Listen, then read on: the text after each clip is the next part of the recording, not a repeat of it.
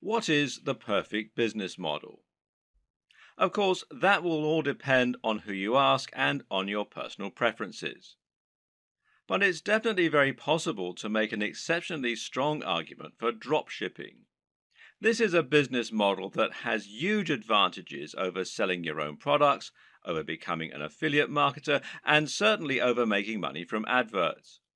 It has all the strengths of each and none of the downsides of any of them. This is a business model that allows you to work from home and earn passive income, while at the same time building a big brand for yourself and selling real physical products. So, why isn't everyone getting involved in dropshipping already? Why do so many people still choose to make money as an affiliate marketer instead? Well, the answer is simple. A lot of people still don't know what dropshipping is or how to get involved in it. Of course, this video series is going to change all that and help you to understand what dropshipping is, why it's so beneficial, and how to get started with it.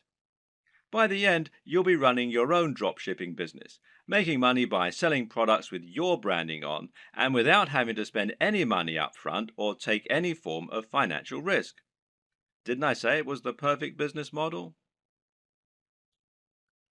So, exactly what is dropshipping? Dropshipping is technically a fulfillment model. Fulfillment in a business term, of course, means delivery. So, in this sense, dropshipping is the manner in which orders are delivered to customers. Normally, selling a physical product means that you need to buy numerous items and then sell them at an inflated price. The way you would normally do this is as a reseller. Here, you would buy wholesale items, inventory bought in bulk at a discounted price, and you would then sell it on at an inflated cost and keep the difference, and that's your profit margin. The problem with this model is you need to make a big investment in the stock, and then you have to deliver the products to your customers. This means you're taking a financial risk by ordering the stock in advance, and if you make zero sales, you can lose a lot of cash. You have to pay for the shipping and also handle all of the administrative tasks. You'll need to constantly take stock of your inventory, and you'll need to refund customers for deliveries that don't arrive. In short, it's a lot to take on for an individual hoping to run a business from home in their spare time. Dropshipping changes all this because now the wholesaler is handling delivery and they don't require you to order in bulk. So simple. You list the items for sale in your online store just like you normally would, and then when a customer orders them, you pass that sale on directly to the wholesaler. They then send out the product on your behalf and make sure it reaches the buyer, and you get the money. This might sound very similar to affiliate marketing, but there are a few key differences.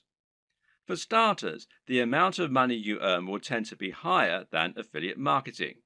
When you operate as a reseller, the usual pricing method is something called keystone pricing. Keystone pricing essentially means that the amount you're selling the product for is twice the amount you pay the manufacturers. This is one of the most common conventions for this type of business, and to all intents and purposes, dropshipping businesses are resellers. The other big benefit of dropshipping over affiliate marketing is that you don't have to mention the existence of the dropshipping business at all. In other words, the customer never knows that it's not you who's selling the product. You're not sending them to another website where they can check out and buy the product. You're just selling them the product as though it were your own and forgetting about it. This is fantastic because it means that your business looks much more professional and because you're no longer sending visitors away from your brand in order to make the sales.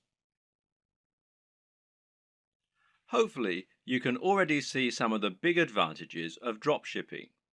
There are many more too, which we'll delve into in this video.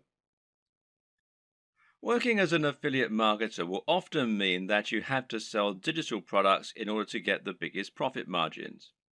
While it's true you can get 75% and upwards from affiliate networks like JVZoo, this will normally mean that you're limited to selling ebooks and online courses.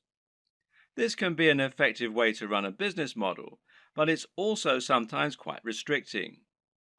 While digital products have many advantages, their appeal is not as broad as it is for physical products. For example, if you try and sell a digital product to your grandma, you'll probably have difficulty. The same probably goes for your mum and most likely your dad. And it goes for most of your peers in reality. In fact, the main kind of person willing to spend lots of money on an ebook or an online course is going to be someone who is already quite familiar with the technology. The person most likely to buy from you at all is probably another digital marketer looking for more ways to make money online. And, as you're probably aware, these are a savvy bunch who aren't easily going to have the wool pulled over their eyes. That, and they've already had people online try to sell them just about every digital product in existence. How many times have you seen ads on Facebook for make money at home schemes? It's just a very crowded market with a very limited potential audience. Clothes, on the other hand, are something that you can sell to anyone. And then there's all the rest, stuff like technology, toys, or fitness supplements. Suddenly, you can sell things that average people really need, and that makes a massive difference. Another benefit of selling physical products is the huge amount of flexibility it gives you. We've already seen that you'll have a lot more flexibility in terms of the types of things you can sell, but of course, this will also extend to drastically increase your flexibility in terms of the way you sell. For starters, you suddenly have pretty much limitless niches that you can choose from, in other words, industries. And then there are the many different ways of selling those areas. Because right now, if you're the internet marketing type, then you're probably imagining the ways that you can sell products from your website or your mailing list. You're probably thinking about content marketing, establishing your authority in your subject area, etc., etc., etc. But that's not the only way that you can make money from a dropshipping business. Did you know, for example, that many of the products being sold on eBay are actually being dropshipped? This means you can save yourself the trouble of building an audience and creating a website. Just find the product that you like, create a listing, and you're good to go. Even big companies like Home Depot and Sears reportedly use dropshipping on some of their less popular products. So, it must be a good business model. With dropshipping, you also have total control over the way you sell the product. This means it's up to you if you want to introduce a time-limited discount or if you want to bundle multiple items together in order to offer special deals, etc. This can all help you to make a lot more sales, and it's not an option you would have available to you if you were acting as an affiliate. In that scenario, the product owner would set the price and you would have no option other than to go along with it. We've already seen that you can reduce the risk by dropshipping. There's less risk than reselling here, but there's also far less risk than selling your own product. That's because creating your own product would involve a lengthy and stressful process of designing the product specifications, working with factories, and then spending lots of money on materials, etc. None of this is to say it's not impossible, it's just a huge amount of risk. With drop shipping, you don't have any of this risk because you're not spending upfront investment. You simply find the product you want to sell and then promote it. But there's another way that you can reduce risk with dropshipping too, which is by picking a product that's already highly popular. By finding products that you know are already selling very well and are very in vogue, you can completely minimize the possibility that your product won't sell. Now you're selling products that will sell in droves. You just need to find the people who are buying and make it easy for them.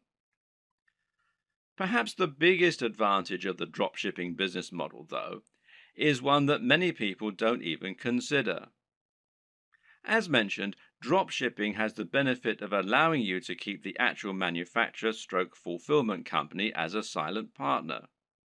They will send out the products on your behalf, but as far as the customer is aware, they bought it directly from you. This has the massive benefit of meaning that you're not sending visitors away from your website. This is a massive deal as a digital marketer. If you've been working in this business a while, you should have a good idea of just how hard it is to attract customers to your website and to your business.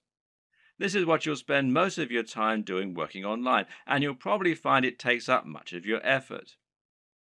If you're an affiliate marketer, you're bringing those visitors to your website so that you can sell products other companies have created. This means that when they buy the products, they have to leave your website and thereby disengage with your brand. Which brand are they more likely to remember and visit in the future? The guy who recommended the product to them, or the company that actually sold it to them? And when they want more of the same thing, well, where are they going to go? Now consider this. How can they buy more products from you during the same session if you're actively sending them away from your site? Instead of being able to offer a smorgasbord of products that you handpicked, you're now simply telling them to go somewhere else and buy one item. With a drop shipping business, you no longer have this problem. Now you can offer all the items you have for sale on your website from one spot and let your customer choose as many as they want, and then continue to buy from you. But that's not even the best part. The best part is that in some cases, the products you sell will even be able to have your company name on them. This is called white label drop shipping, with the white label essentially describing the packaging or the branding. So let's say you want to sell a supplement like creatine for your fitness website. With a white label service, the product will be developed with packaging that literally consists of a pot and a white label attached. That white label can have your branding printed right on it, meaning that to all intents and purposes, this is now your own product. In many cases, you can even choose a blend of ingredients that will go into the product. In other words, if you're selling a supplement like a vitamin tablet, you can select all the vitamins and minerals yourself and then add your own logo. If you don't sell a single item, you've lost nothing. But if you sell lots, you'll be making a profit at the same time as building your own brand and your own market presence. The big challenge when it comes to drop shipping, though, is finding a drop shipper. This is very clearly a business model that has more benefits for the marketer, and so, of course, not everyone is going to be eager to offer their services. How do you go about finding a drop shipper when they're in such short supply? Well, there are a number of options, but with any digital business, we tend to prefer keeping things simple and cheap. In this case, the best place for you to start is by looking at websites that act as directories for dropshippers, wholesalers, and manufacturers. One great site that will do all this is Alibaba, which you'll find here at alibaba.com. Another good one is Worldwide Brands, which you'll find here at worldwidebrands.com. The latter is probably preferable, as this specifically features dropshipping companies and has a large number of advantages for dropshipping businesses. For example, you can use this site to make sure that you're dealing with the real wholesaler. What does that mean? Well, it means that you can avoid making the mistake of signing up to sell products that someone else is dropshipping to you, thereby scraping profit from you. This is a common practice and one to be careful of when you're just starting out. Worldwide Brands is perfect if you plan on finding a dropshipping manufacturer quickly and selling their products on eBay or Amazon. The only problem with this plan is that there's a fairly hefty sign-up fee. Currently, it costs $249. Okay, so that's not astronomical, and this is a lifetime membership. But if you were attracted to dropshipping initially because you wanted a business model with zero overhead, then it might be a little off-putting, especially as your break-even point has now been pushed back further. So there is a free review, though, at the time that I'm making this video. So another option is to try ThomasNet, which you can find here at thomasnet.com, which, like Alibaba, has a selection of different types of manufacturers and wholesalers selling different types of products and different types of services. Makers Row, which is makersrow.com, might also be worth checking out. Some other paid options include SaleWho and Dober, and a great free choice is Wholesale Central. Failing that, another good strategy is just to search Google. When you know the type of product you want to sell, just try searching for that product on Google with the word dropshippers and your location. So if you're hoping to dropship clothing in the UK, then you can just search for clothing dropshippers UK, and you can see it brings up a whole load of different ones here. And one that I looked at earlier was this one, fashiondropshippers.com, which seems to do exactly what we want. Or perhaps you're looking for a white label supplement dropshipper in the US. In that case, we can search white label supplement dropshipping US.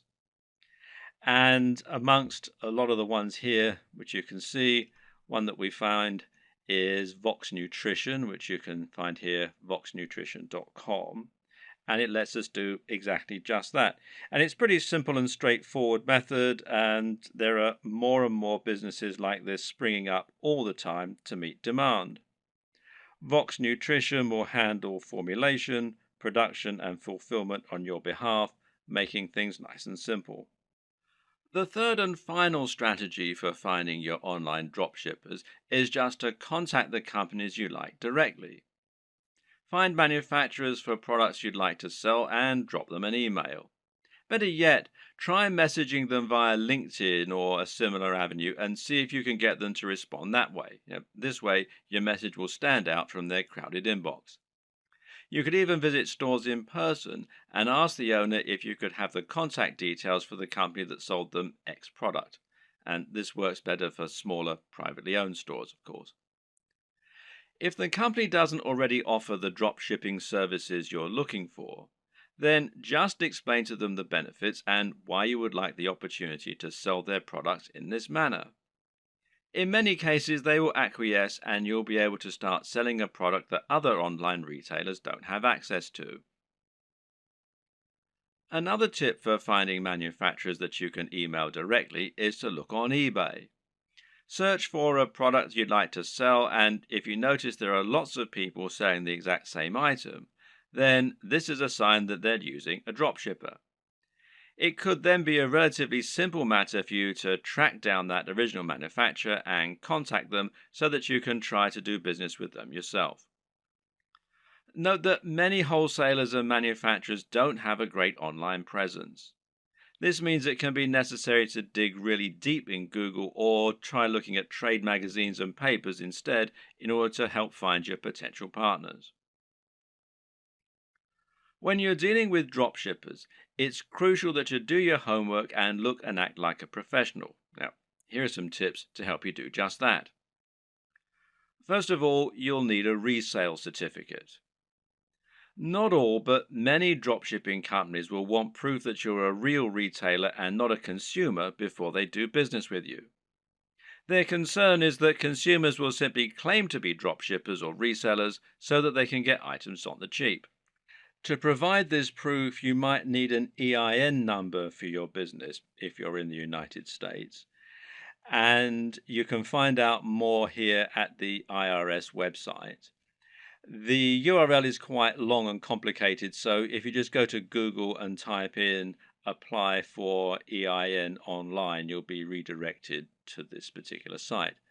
Now, in other countries, obviously the regulations are different, so you need to look at the tax authority for your country. But again, a search in Google should be enough to point you in the right direction. You might also need a resale certificate, and you can find out more about those at this site here, which is wisegeek.org/what-is-a-resale-certificate.htm. If you're going to speak in person, then it can also be a good idea to familiarize yourself with all the terminology regarding dropshipping so that you don't sound like an amateur. You should also look out for fake dropshippers. When choosing dropshippers, there are a number of businesses you need to look out for. These are not really dropshippers in the truest sense of the word. You need to avoid these companies as they won't always get you the best deals and they might not be able to offer you the same kind of value as other organizations. Be aware of companies that want ongoing fees, which real dropshippers don't require. Likewise, be careful of companies that also sell directly to the public. These companies often aren't really drop shippers so much as resellers who are just trying to trick you into making a bulk order. While monthly fees and direct commercial sales are warning signs, there are a few caveats and requirements that you may need to go along with. We've already seen that many dropshipping companies will require you to provide a resale certificate, and likewise, you might find that you need to apply for an account before you can begin using their services. And this will normally involve filling out a form and explaining the nature of your business, and so on. Now, some companies also require you to place a minimum order for your first sale. This is another strategy they can use to drive away consumers, as well as merchants who are just window shopping and may not use their products in future. So, for example, you might have a minimum first order of $500, which is a little bit contrary to the entire concept of dropshipping, as you'll now have a bunch of inventory sitting around and the potential risk of losing that upfront investment. So, what can you do? Well, the best advice is to ask if you can use this initial expense as credit. Pay the first $500 and then use that amount in order to offset future sales until they've paid the full amount off. Drop them an email or speak in person to discuss this option. A lot of people just starting out are going to be very eager to find a partner to work with and will feel privileged when they get a positive response to their inquiry. It's an exciting feeling and certainly a compliment being given the go ahead to sell on behalf of a manufacturer. But at the same time, you also need to be a bit discriminating in your choice. Don't go for the first company that's willing to work with you. Make sure they're actually up to scratch. One thing to be careful of is quality control, and in this regard, you often get what you pay for. Be sure to ask the company what quality control measures they have in place in order to prevent problems like defective products and faults. Likewise, speak with them regarding their delivery times and packaging. Remember that it's your reputation that's going to be riding on the quality of their products and service, so you need to ensure that you're happy with it. Another tip in this regard is to always ask for a sample of the product. If you have demonstrated their ability to sell and they truly are a big business, they should see it as a very small investment to provide a sample of what they're selling. And if they won't, then order a product yourself as a customer. You really don't want to put your name to anything that you haven't personally checked out first. Now you have the basic idea of how dropshipping works and how you need to get started. You can begin to think about how you're going to build your own business. This all begins with choosing your product and choosing your industry or niche. The product, of course, is going to be the item that you intend to sell, and this is going to be dictated by the industry or niche that you choose to enter. An industry or niche is the subject matter that you intend to write on and the industry that you want to operate your business in. This is important. The choice is going to impact on everything from the price of your products to the type of person you'll be selling to the type of businesses you'll be working with. The reason we call it a niche, or niche as some people pronounce it, when talking about an online business, is that a niche is a particular category. This is not only your subject matter, but also the type of person who is going to be reading your content. It's very important that you choose this correctly because the niche will affect the size of your potential audience. When you choose a subject matter, you want it to be one with niche appeal. This means it's aimed at a particular type of person who is specifically interested in that type of thing. An example of a niche might be knitting. Now, if you have a blog about knitting and you sell knitting paraphernalia, only people who are interested in knitting are going to read your blog and buy from you. This way, you've cut out a niche for yourself rather than trying to appeal to everyone. That in turn means that you have drastically reduced the amount of competition you're facing. Now you don't need to compete with the biggest companies on the net, and you'll find that paying for things like AdWords advertising is considerably more affordable than it would be for a more general topic. Likewise, getting to the top of Google for relevant keywords like buy knitting gear online is going to be far easier than trying to get a general e-commerce keyword like shop online. The latter will put you up against mega companies like Amazon and pretty much every other online business on the net. But the problem with choosing a niche topic is that sometimes it can be too narrow, to the point where no one is interested in buying from you. If your niche is puppies with 3 legs, then you're going to have a very small number of amputee puppy owners who can buy from you. You'll find it relatively easy to dominate the search engines and to be the #1 supplier of products in that area.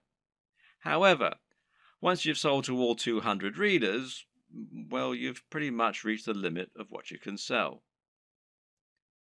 On the other hand, a niche like fitness may be considered too broad. Buy fitness clothes online is a hugely popular search term that companies like Sports Direct, Sweaty Betty, and Mountain Warehouse dominate. Even ranking for search terms like how to build muscle is going to be very difficult. The perfect niche or industry is one with a broad appeal, but which still gives you a unique twist. This way, you'll be able to appeal to a lot of people, but you'll also be able to avoid directly competing with the biggest competitors. This will also give you a better route to market, which is a term that describes any direct access you might have to your target audience. An example of a route to market would be a forum dedicated to the subject matter you're writing about, or an industry magazine. With all this in mind, how do you find the perfect niche for you? Well, there are a few things to consider. Now, a lot of people watching this are going to already have a blog or a website. In that case, the best niche is obviously going to be the one that you're already in. All you need to do is simply pick a product that your current readership will enjoy. You should already have their trust, so all that's left to do is to offer them products and explain how and why they can benefit from them. Then there's an area you're already interested in. This will often align with the last point, but you should always pick a niche that you find personally interesting. This makes a gigantic difference to the quality of the content you put out, to your ability to pick the best products, and more. Remember, as a blog owner, you're going to be required to write thousands of lines of content on this subject in order to demonstrate your expertise and to gain the trust of your voters. If you don't know anything about the niche, this is going to come across in your writing and you're going to find it a very dull job. On the other hand, if you have a legitimate love of the niche you're writing in, you'll find it no chore at all to write all that content, and you'll find it much easier to wow your readers with what you know. What's more, you'll have a better idea of how to pick a truly great product that will stand out and attract your audience. You'll have your finger on the pulse. There are also niches where you have an upper hand. Again, this relates directly to the previous two examples in many cases. Suffice to say that most of us will have contacts and advantages in some niches that give us an edge. Perhaps, for example, you happen to know the owner of a very big fitness website or of a very big fitness magazine. Knowing this person will thereby make it much easier for you to get a cheaper advert or maybe even an article inside the magazine. Now you can reach out to that audience directly and hopefully sell more product. Have a long think about your list of contacts and friends, and then consider finding a product that will let you make the most of those advantages. If you look at affiliate marketing, digital products, and internet marketing as a whole, you'll notice that certain niches stand out as being far the most popular, and those are fitness, making money, and dating. Now, why are these the most popular niches? On the one hand, it's because they have the broadest appeal. But the biggest reason is that they offer the best value proposition. A value proposition is basically the way in which your business is able to offer value. This is the way that your products can change people's lives. What is the end result of owning your product? If you're selling a hairdryer, then what you're really selling is the convenience and dry hair. If you're selling clothes, then what you're really selling is the ability to feel good about yourself, to look sexy, and hopefully to thrive in your career and in dating as a result. This is what sells. Try and sell a book about cats, and you're not really offering much beyond a few hours of entertainment. But sell a book about making money, and you're selling a dream. By choosing a product that can really change people's lives, you're providing much more value, even if the manufacturing costs stay the same. Now, this lets you charge more and make more money as a result, and it basically comes down to the niche. In order to tick all these boxes, one strategy you can use is to target a sub-niche, a niche within a niche. An example of this is targeting a specific type of person within the fitness niche. How about fitness for the over 50s or dieting for the diabetic? You could even do strength training for martial artists. In this latter example, you've actually combined two separate niches in order to offer something truly unique and interesting. Now you have your niche. The next thing to do is to pick an actual product. From there, you can find the manufacturer to help you provide it. The important thing here is there should always be a clear synergy between your branding, your ethos, and your product. That is to say, you should have a real affinity with the product and be selling it as an extension of your mission statement. What you must not do is simply find the first product you can sell within your niche and then go out and try to sell it. An example might be to create a fitness website, build an audience, and then sell a really basic protein shake that is already well known. Can this work? Well, sure it can, but why would people bother to buy from you when there are countless other sites where they can find the exact same thing, or when they can buy it down their local high street? Likewise, if you're selling a product that is obviously not your own and is so generic, it can actually hurt your trustworthiness. It's clear that you're trying to make money, which isn't a bad thing in itself, but you're not offering any unique value in return. You're just saying, oh yeah, and why not buy this generic product while you're here? On the other hand, if you can find a product that is somewhat new, somewhat different, and that mirrors your personal approach to fitness, to business, or whatever your niche is, then you can sell something that you really believe in and can get excited about. And this is something that will come across and make itself apparent for your visitors too. This is one reason why it can be so great to have a hand in helping design the product, as with a supplement, for example, where you get to choose the ingredients. Similarly, you can make money from selling a product that is a little lesser known and that you find particularly interesting and exciting. The best brands will be the ones that can grow with you. Find a company that's doing something new and exciting and express that you'd like to work with them. From there, you can then focus on growing and building your business. And this will help you to form a real relationship that's mutually beneficial and that your customers can appreciate too. Of course, there are many smaller considerations to keep in mind when selling your products. Should you sell a consumable, or should you sell something that will last a long time? Should you sell a product that's very expensive, or one that's very affordable? In the video on e-commerce and pricing, we'll discuss this in more detail, but suffice to say that it can make a lot of sense to sell multiple products in future, as that way you'll be able to benefit from multiple different types of business model and you'll be able to draw in a wider range of buyers. Having a range of prices means you can cater to people with all kinds of budgets and build some loyal customers who might increase their average spend with you over time. For example, a cheap consumable has the distinct advantage of being something that will keep your visitors coming back. If you sell a protein shake, for instance, then your buyers will probably want this about once every month.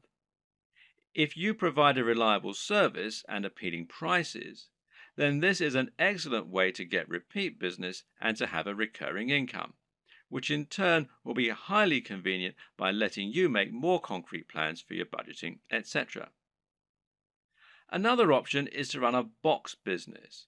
Now, these are businesses that sell selections of products on a recurring basis. Someone will subscribe to your business and you'll send them a package containing a set number of products each month. This could be a range of different items or it could be one thing. Loot Crate, for example, is a business that sends pop culture merchandise to comic book and games fans.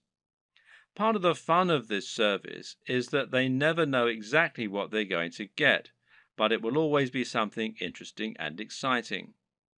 Then again, you also get men's grooming services that send the same selection of consumable razors, shaving foams, etc. to their customers every month. This is a different way to create your dropshipping business, one that allows you to add some real extra value and also to promote the products of your partners in an exciting way. There are many other ways you can add value too, whether it's providing freebies like some kind of PDF, offering the best discounts, or somehow upgrading the product you're offering before it reaches the customer. Whatever you decide, the big question to ask yourself is, what value are you providing? What are you offering on top of the products themselves? How are you providing value not only for the customers, but also for the suppliers? And what advantages do they get by coming to you instead of going to somewhere like Amazon? Finally, of course, you need to ask yourself what types of products will sell well. And this is particularly important when you first start out and you perhaps only have one item to begin with. If you're going to begin your store with just one item, then it's highly important that this one item be something that will sell well and get your business off to the best start. And the best way to do this is to pick something that has a very clear function and which is easy to explain. Solve the problem that your visitors have. What do people in this niche need? And how can you solve that issue for them? If you can answer this, you should have no problem selling your first item as long as it's well made and as long as you're persuasive enough to make it sound amazing. If you already have a website and an audience, then you can skip this video. Otherwise, it's crucial that you keep watching in order to ensure that your brand is aligned with your business model and the product you're selling. A good place to start is by asking what exactly a brand is. A brand is much more than a logo. Rather, it's an ethos, a mission statement, and an approach to business. The logo simply tells people that the product or service they're receiving adheres to the same standards as whatever else they've used from you in the past.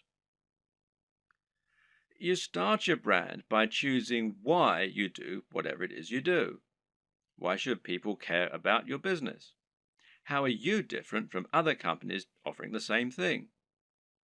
How do you want the world to change as a result of your business being a part of it? This is what allows a company like Apple to capture the imaginations of billions of people and to create such loyal customers. Apple isn't just about selling hardware.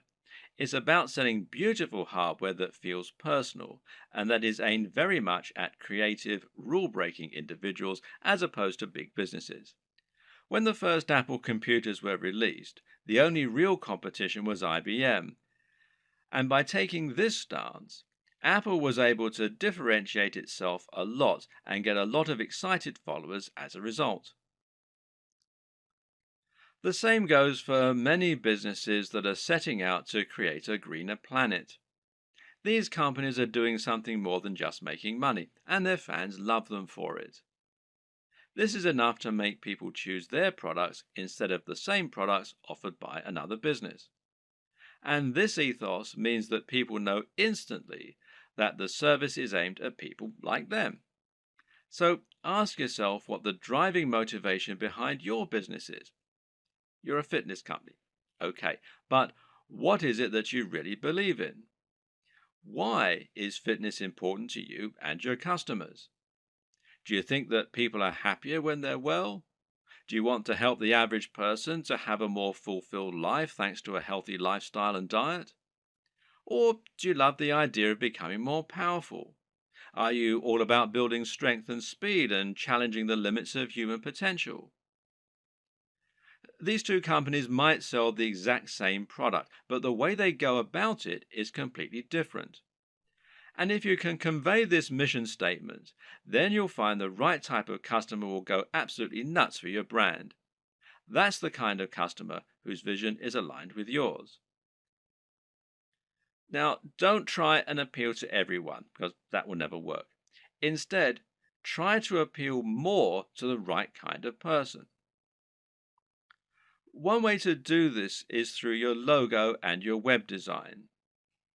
The objective of a great logo is to communicate what your business is all about. You're trying to tell people what you sell and why you sell it as soon as they look at your business. So, say your company was all about health and natural products. Then you might make a logo that had a tree on it or a heart, and it would probably be green in color and have an uplifting, healthy sounding name.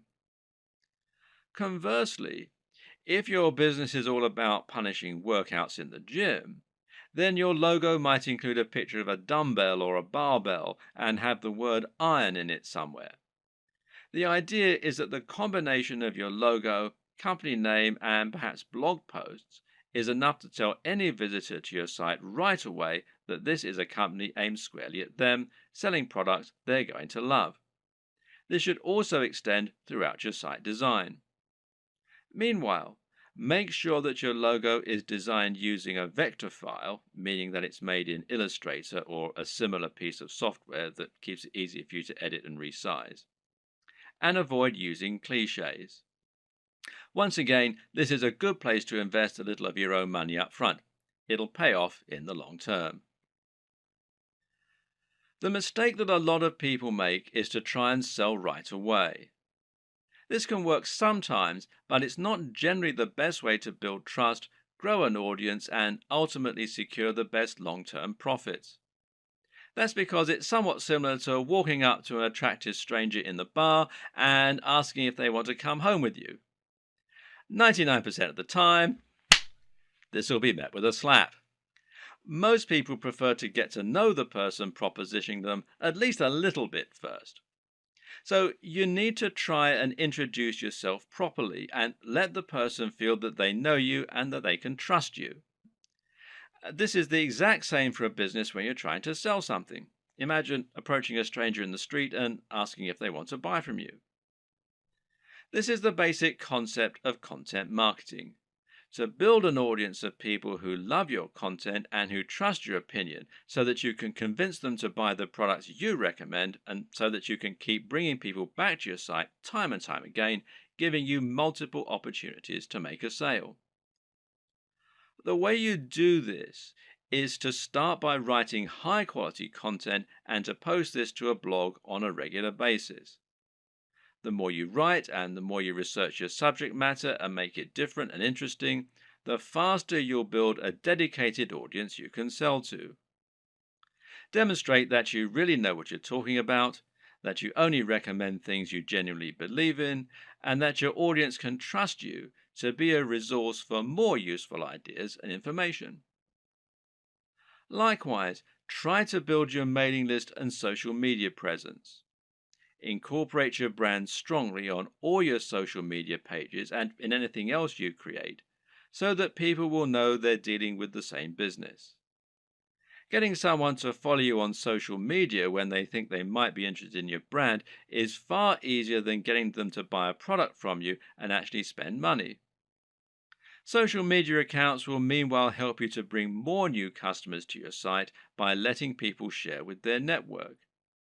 You can help this too by providing social sharing buttons, like these from shareaholic.com, that will let people easily like your content on Facebook or tweet to it on Twitter.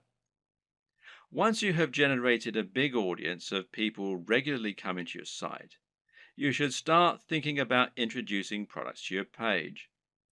If you've really created a brand you believe in, and if you've been providing real value in your content, you should find you have true fans, and a true fan will be desperate to buy your product when you start selling them. Of course, there are many additional methods you can use to send more customers to your products and to market your store. One option is to create your own affiliate program and to encourage more people to help market your items. Another method is to pay for advertising, whether this is a pay-per-click campaign through Google AdWords or whether it's an advert on Facebook that is highly targeted to your specific demographic. This works well in scenarios where you're selling from eBay or Amazon and aren't trying to build up an audience. If you're going to pay for advertising, though, you need to calculate the LCV, now that's lifetime customer value, of each customer. This will allow you to ensure that whatever you spend on your ads, you're making more back and thus seeing strong ROI or return on investment. But to take this next step, you're going to need to make another new addition to your business. And I'll talk about that in the next video.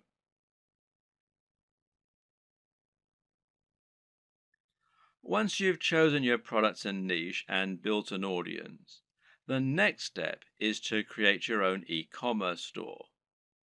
This is an online storefront where you can show your different items and encourage sales.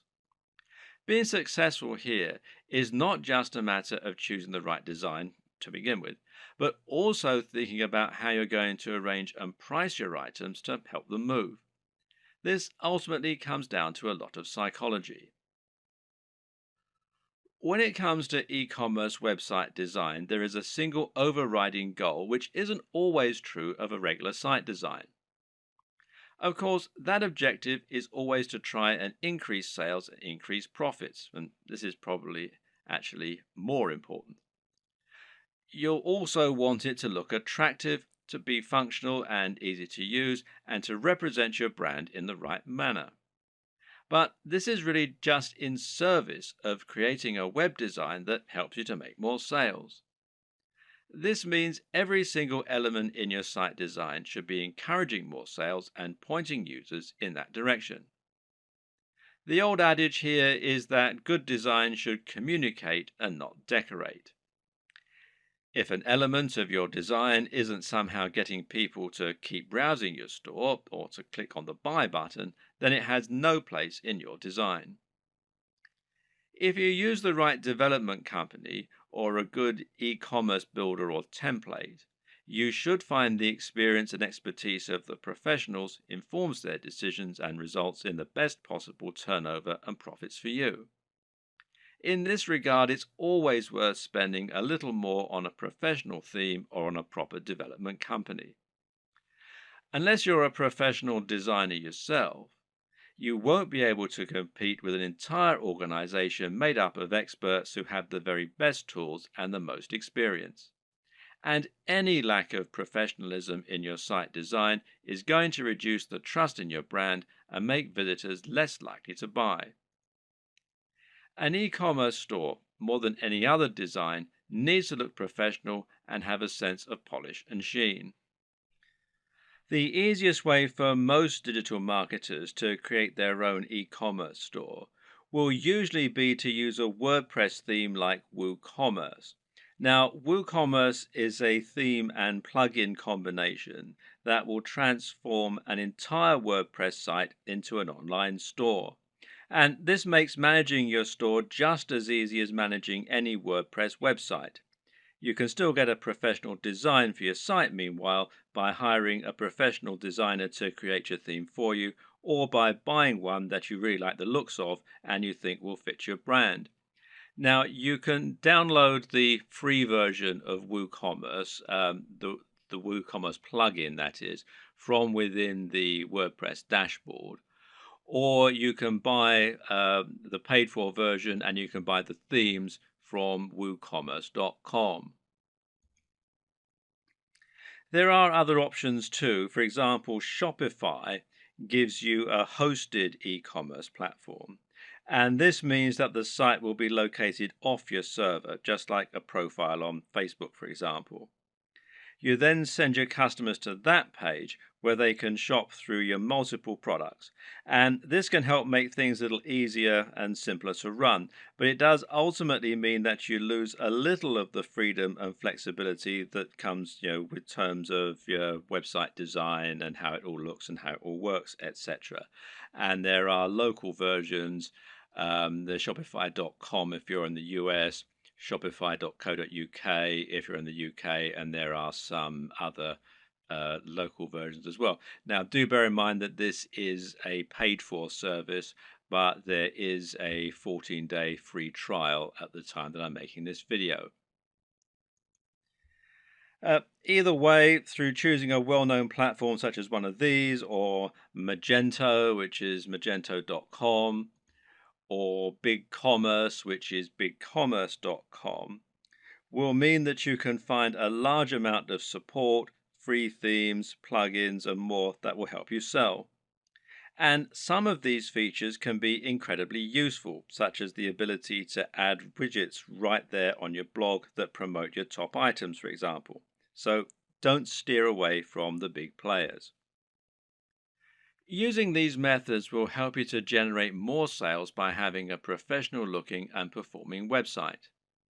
Nevertheless, it's still always useful to understand the theory and principles behind it so that you can continue to implement best practices yourself, especially when it comes to aspects that fall outside the realm of design, such as price. Now, here's how the right combination of pricing, positioning, and design can help to make your items sell more effectively.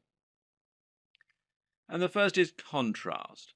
Now, contrast can, of course, be aesthetic, and making choices such as using red buy buttons against a white background is a great way to make a particular element stand out and get more clicks. And this also comes down to color psychology, but we won't go into this right now. The other type of contrast refers to the way that you position items next to one another, with the objective being to place expensive items next to cheap ones. Why? Because this makes the cheap items appear even more affordable and the expensive items appear to be even more premium.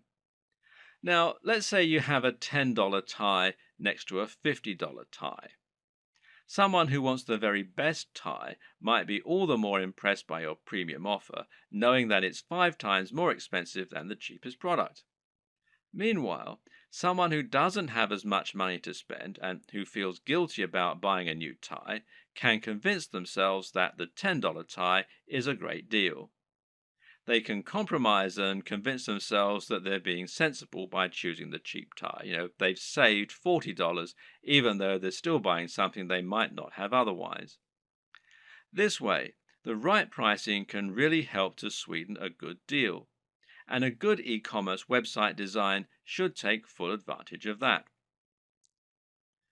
Earlier on in this series, we described why it was so important to have multiple ranges of prices in order to attract a range of different types of buyers.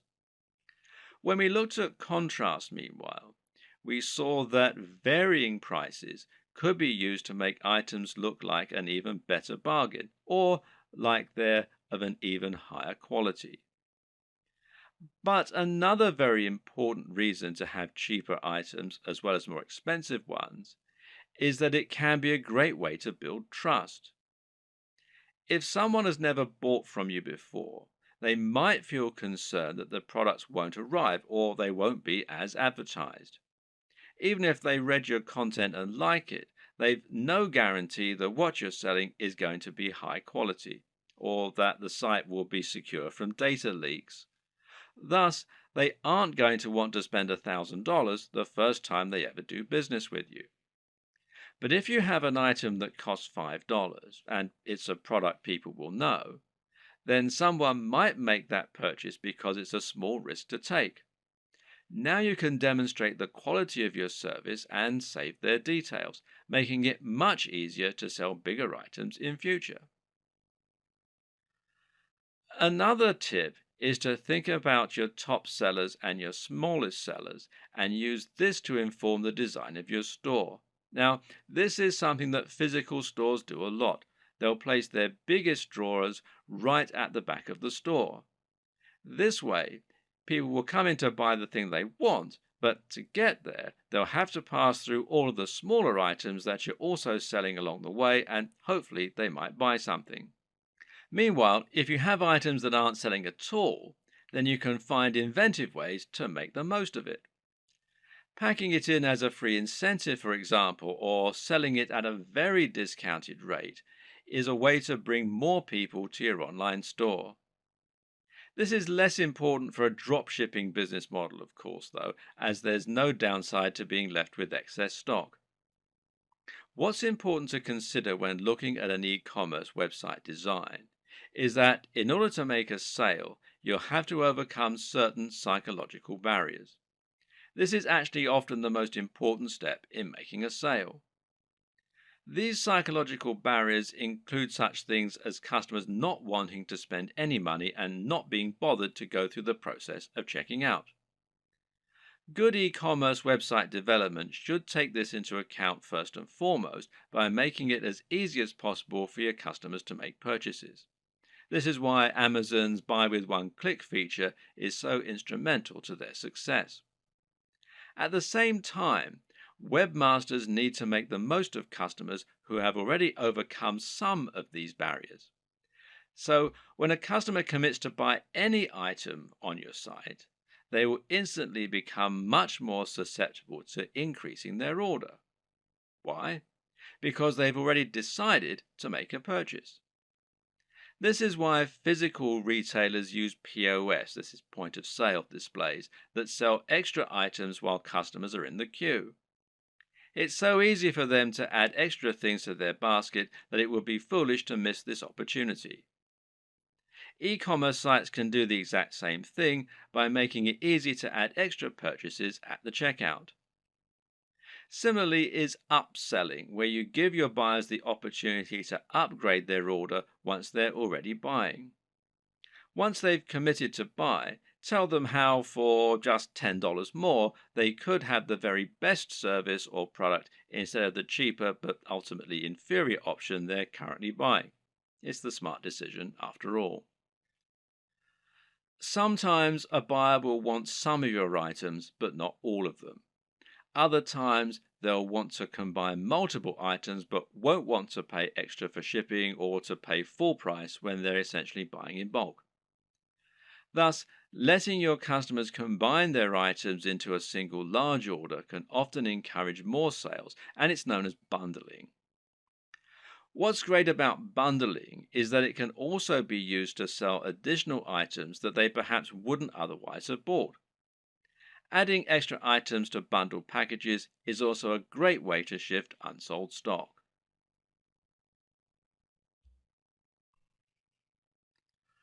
One aspect that can help you to boost your sales is so big and important that it needs its entire own video, and that's your persuasive writing.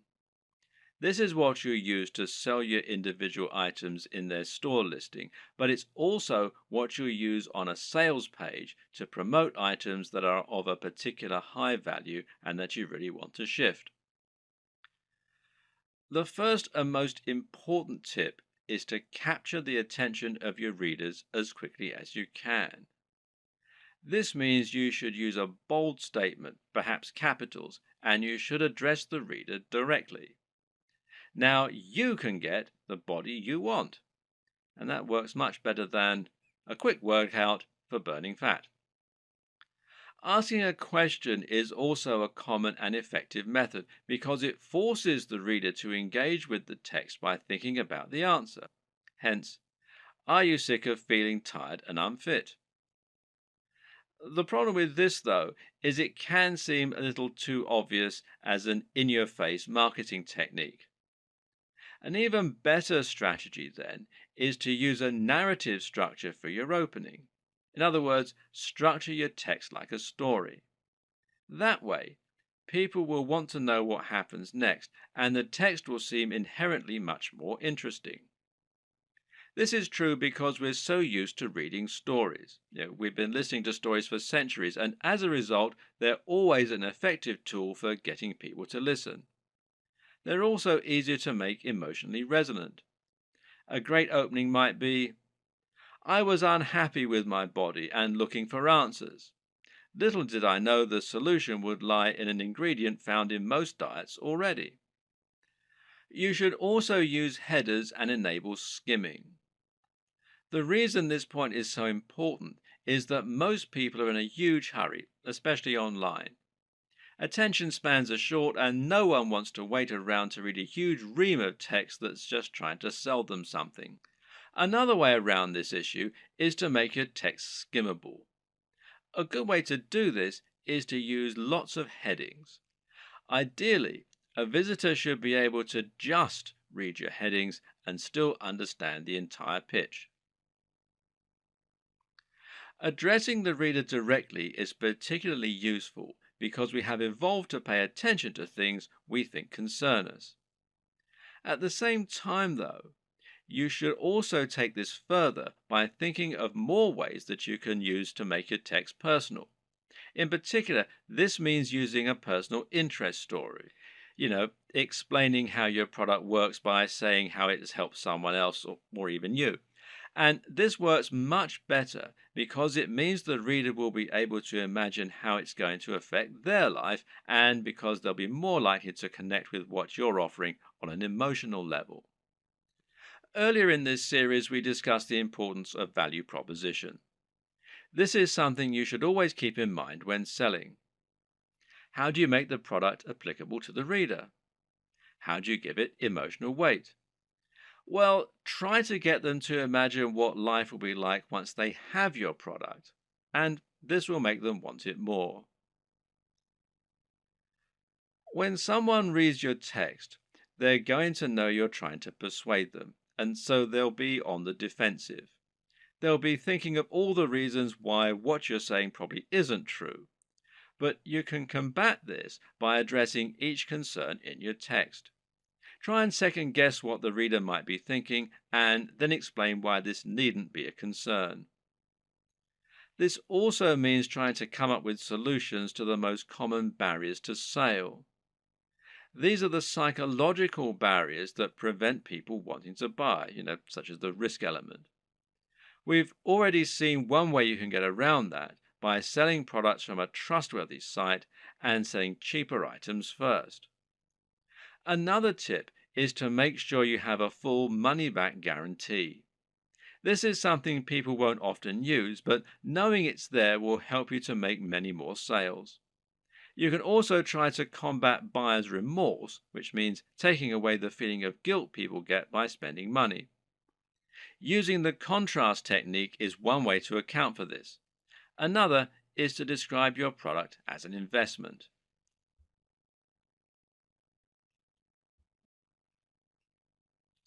Ultimately, the best way to start building your dropshipping business is to start by selling a product from your site and then to experiment and grow from there. The exact strategies you use are going to depend hugely on the nature of your website, your audience, and your goals. It's up to you to find your way, to see what works, and to tweak and evolve your business over time. Hopefully, this video guide has given you all the tools you need to get started. You should now have a strong idea of how a dropshipping business works and how to get started. And you should now have a grasp on how to encourage products to grow, how to choose items that are likely to sell, and how to find the right market and audience for what you're selling. Once you begin selling physical products to your audience, you'll unlock the kinds of profits that you just can't get as an affiliate, and all without taking any significant risks or spending much money at all. And I wish you every success.